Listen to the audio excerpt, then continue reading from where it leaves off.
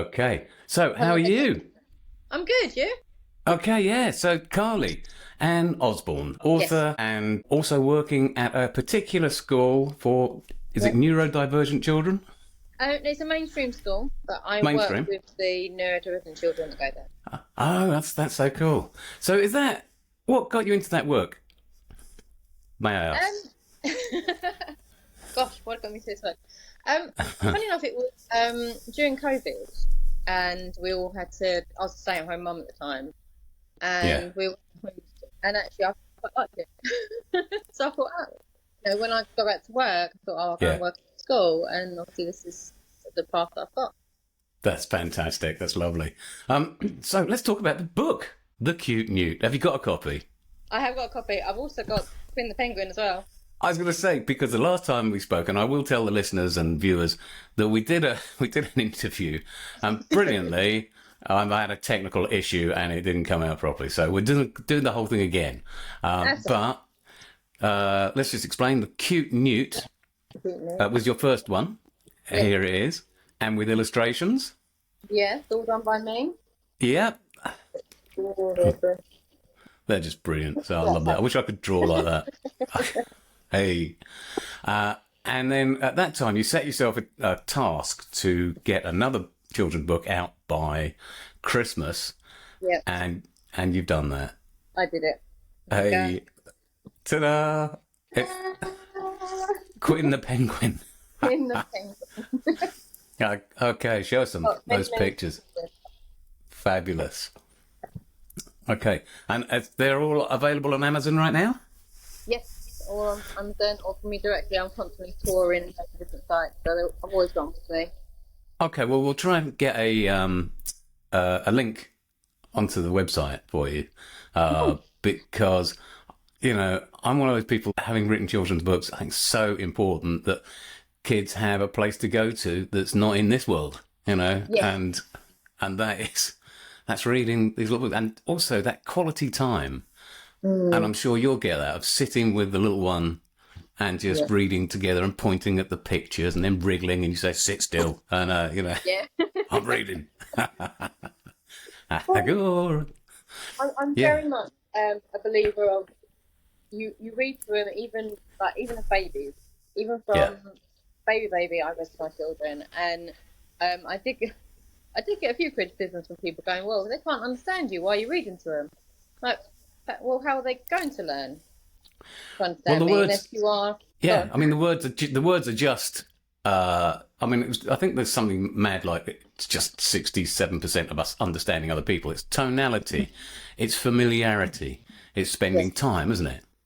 Yeah. And it's all of that that helps their brains to grow, Yeah. and to feel safe and stable, etc., etc. So that's invaluable, I think. So they don't really need the words all the time, but the Exactly. rhythm. And as well, they start to associate, especially with picture books, actions, like the words with the actions that the characters are doing in the book. And I Yeah, do think it's really important to create characters that children can see themselves in. And yeah, I think that's one of the big feedback that I get from people is that because obviously both books are written for neurodivergent children. yeah. The Cute Newt is based on uh, autism traits, Yeah. and Quinn the Penguin is ADHD traits. Okay. And a lot of the feedback that I've got is that the children can actually go, "Well, yeah, I do that. Yeah. Well, That's I like lovely. Yeah. that." And when they have, and it kind of normalizes the fact that actually it's okay to kind of feel like that sometimes. It's okay to kind of need help sometimes and need that something a bit different that what we call neurotypical children don't Yeah. need. Well, I think the big wigs are picking up on this because I'm pretty sure I read that they've got just released the first autistic Barbie doll. Yes, And I think it was a little girl here in Colchester who yes, actually modelled or, was the inspiration for that. So bless her, cotton socks. I think it's just an amazing thing that she's got in her life now. I did that. yeah, yeah, exactly. And it's really important that um, they feel that they are represented because Yeah. these children, just like any other children, they just have a different way of learning and different needs that need to be fulfilled. Like us sitting here with a cup of tea and a cup of coffee. That's because there was a need for it. So tell me a little bit about your work, because obviously we do fostering, and there's going to be kids out there with a whole set of different needs that need fostering. We had referrals. I mean, you know, they get something mad like 500 referrals a week for foster kids, and one of them I noticed was a little girl who'd got cerebral palsy, and there was a couple of kids that got ADHD, and they come with a whole variety of problems. Not all kids, I'm not saying that. So if you want to become a foster carer, I don't think that you're gonna have to be That's what you're thrown in gonna at the get. deep. Yeah, thrown in at the deep end there, you know. But yeah, so and it's good to know. I've got an interview coming up with Credo Care, who specialise in this kind of area as well. But this is your speciality now. What can you tell us about, and what tips have you got for helping the little ones with their different needs? I think the biggest tip is to listen. Hmm. And it's not just listening to their words. I had a little girl I listened to words. So I had a little girl I worked with a couple of years ago, and while she was verbal, she wasn't. She didn't talk coherently. If that makes sense. Right. So quite a Right, lot of yeah. what she said was in story form, and she'd tell stories. Exactly Okay. what Newt's kind of about. Right. So it took a lot of listening to the story to figure out what it was that she needed. Yeah. So she'd tell it in story form. And So sometimes she'll tell us things that have happened, for example, at home, but it was in the story form in an animal, Yeah. in a sense. So And that's her way of communicating, so that you it's can how we understand. communicate, exactly. Yeah. And these children, and to be fair, lots of children have different ways of communicating. It's not always verbal. Right. Of course. So it's having that patience and taking the time to learn and to understand them. Yeah. And generally, once you kind of get, and you know, it's not 100% accurate all the time. Sometimes they'll throw you for a loop. Yeah. I know that feeling. Yeah, exactly. Sometimes you think, I get you, we got it, and then something changes and it all goes wrong. I would say I've found that with some of our foster kids that I only really understand what they were trying to say about 3 months after they'd said it, you know, Yeah. and the penny will kind of drop and think, oh, that's what you were trying to tell me. You know, Yeah. I get it now, you Yeah. know. Exactly, and it is that patience. It's that you need to allow them the space to be comfortable enough to show you or tell you or communicate in whatever way that they feel like they can communicate. Yeah. Yeah. We've got quite a few children in our school who are non-verbal. Right. They've got selective mutism. So it's quite tricky trying to bridge that gap and trying to understand what it is that they need, because they can be really, really upset about something and not be able to physically tell us. Right. So we need to be able to understand their body language. You know, how can we get that child? How can we understand that child in a different way? And That must be really tricky. It's, I think, going back 40 odd years when I was in psychiatry, we had one particular guy who was an elective mute. He'd got perfect language skills up until he was about 20, and he'd gone into a particular war zone, and then he'd come out, and he was, by the time I met him, it was completely institutionalized, but he wouldn't say anything. He would not a word. And interestingly, after I'd been at this one particular place for about a year, this one guy, Edward Adamson, I think his name was, did art therapy with him. And he just sat in a room and just let him paint and do his thing. And he then very slowly started to talk again, because he had found somebody who could give him that medium through which he could express himself that nobody else had beforehand. You know? So that's an incredible sort of thing. These kids are keeping all that stuff inside, if they're elected, or just not finding a way to be able to express that must be really tricky. It is tricky.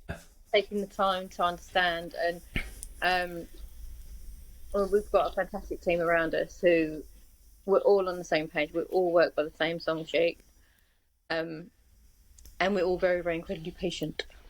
In everything, I think teamwork is the most amazing thing, especially with kids. So, are you going to be writing another book? I have an idea for another book. I've done some concept drawings for it. Okay. Um, yeah, I just need to sort of nail down the story. It's going to be about a Okay. capybara.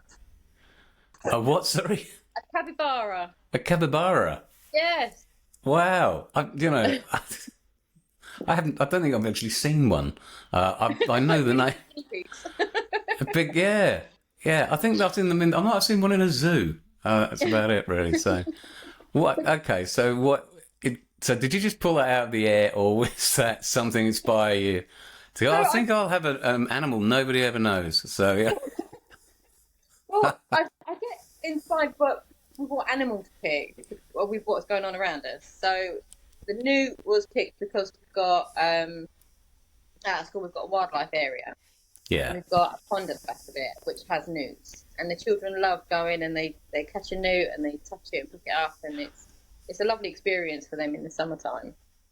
And Right. then penguin was because there was a lady that came to one of my events who just went off on a complete tangent about this Arctic adventure she went on, where she went to go Okay. visit penguins, and how she was saying how the adult penguin was chasing the baby penguin around, and she thought it was hilarious, and she was I, re- showing me photos and videos and things. I remember you Um, telling me about that. yeah, and I thought it was so funny. So that's what that was based on. And then the capybara is because I was at another event, and it's an artisan market, Hmm. and next to us was a 3D printing store, and they've got all these little lovely figurines of all these Right. little animals. And this child came up and just randomly went, "Have you got a capybara?" And he was looking through the box, and then the gentleman on the store, he was looking at the box, going, "I know I've got one somewhere. I know I've made one," and he's looking for it. And then his friend who was helping him with the store, he was looking for it. And then just because I thought it was hilarious, I started looking for it, and we all started looking for this capybara. That's so random. That is so random. I like that. That's just And it brilliant. just it just inspired a capybara that the lost capybara that keeps running off. I've got to So we say, find it. when you talk about running off, that's how we kind of met. Was you were doing a book stall? Well, it was in Sudbury, wasn't it? In the big old art centre they've got there. And I was taking our two foster kids at the time, who were a little ADHD. They weren't actually ADHD, but they were very active, if you know what I mean. And one just couldn't sit still, so I said, "Well, let's go outside and we'll go and just have a little walk around." And lo and behold, there was a book fair going on. Yeah. Why don't we go and have a look at the book fair? And then she was drawn straight eye to your books and your stall. And I had to. We walked around the stalls and that, but then I had to come back and I had to get one because she really liked it. And then they left as they moved on to a new placement. She took it with her, So I haven't got a copy. Now I'm going to have to order another one if we get. I think we might have more foster children coming this weekend, funnily enough. So I'll have to get on Amazon and do the thing, or on your site. So yeah, that was. So do you do? I mean, we were talking about these are self-published books and self-promoted books, and I was published by a particular publishing company, but they were so useless that I took the publishing rights back and republished them myself. Yeah. And I found I sold more books doing that than I did with all of their help, which was just odd, really, wasn't it? Yeah. You couldn't. Sometimes The I think market's self-publishing is the way forward. Yeah, I just felt like because I'd already, I already had all the pictures drawn. I'd already done yeah, all the hard work with it. I was like, why am I going to give away some of my, yeah. a large portion of my profits to a publishing company when I've already done most of the work? I think the author only gets something like 20% from publishing, and you can, they say, well, we've got to print it, we've got to promote it. And the only thing my company did was they printed it. They didn't do much in the way of promoting it. No. So I can't. It's crazy. They said they were going to put it in actually for the Blue Peter Awards, and they didn't. I was just so annoyed. I thought, oh, Empty thanks. promises. Yeah, empty promises. Yes, I'm Yeah. sure they're not all like that, obviously, because otherwise it wouldn't be an industry. No. But definitely, there's room for a lot more kids' books, and uh, it's there's the likes of famous people, David Baddiel and various other famous people who get their children's books authored, and they've already got a platform out there, so it's not a really Yeah. equal playing field. It is. But That's the one thing, and I'm sure you just hit the nail on the head. Like for an unknown author to come in and try and get their book out there and try and get it seen, it's so difficult. yeah, You know, when if a celebrity brings a book out, they've already got the fan base, they've already got the name out there, yeah, they've already recognised it. yeah. I think a lot of schools are beginning to recognise this too, and they're looking for new authors, because they know all the famous ones, already. There's a couple of famous authors, I won't name names, who we actually don't like having in the school because their books aren't good for children learning to read. Yeah, do you think that there might be? I mean, I should be not so uncharitable, but could there be a little bit where actually they're not very good, some of these books, and nobody's told them? It's a king with no clothes, isn't it? Yeah. Smoke up. Yeah. They watch it. Okay, so the capybara. Have you got a name for this book yet, or is it? I think we're going with Sarah the capybara. Oh, okay. A nice. So I get a feeling of alliteration running through this series of your books here, Yeah. which is lovely. So yeah, great. Well, thank you very much for doing the interview again, and very best of luck with the new book. I'll keep an eye on it. I know you have a TikTok account. I do. Yeah. TikTok, Instagram, X, Thread. Yeah. I'm even on Lemonade, the new one. What? Sorry. Lemonade, it's called. Lemon 8. Oh, okay. Yeah. I'll have to look that up. I'm rubbish at this sort of thing. So I've got a website now. Oh, the website's live, by the way. Nice. I was going to ask you. It's www.everythingfostercare.co.uk. I Nice. have to be careful about putting that on because I did a load of flyers and called it .com, so nobody's going to go to that. I know. Twit. No. But it's but you can email me at everythingfostercare@outlook.com. That's the email. That's why I got confused. That's Easy it. done. So can we get together maybe in a little while once you've got your next book published, and then we can talk a little bit more about what the 4th, 5th, 6th, and 7th are going to be looking like. Oh, we'll have to see where my inspiration takes me. What Brilliant. random act for. I think what animals? So you're going to have a zoo book, a book of zoo. What you got? Zoo books. I don't know. Yeah. So Well, I think it's just they're easy to cartoonify, aren't they? To make something into a cartoon, animals are quite easy to do. well, it might be for you. I've got no talent at all. But only writing, maybe drawing. I'm rubbish. I'm still on stick people and there. Stick people are still books.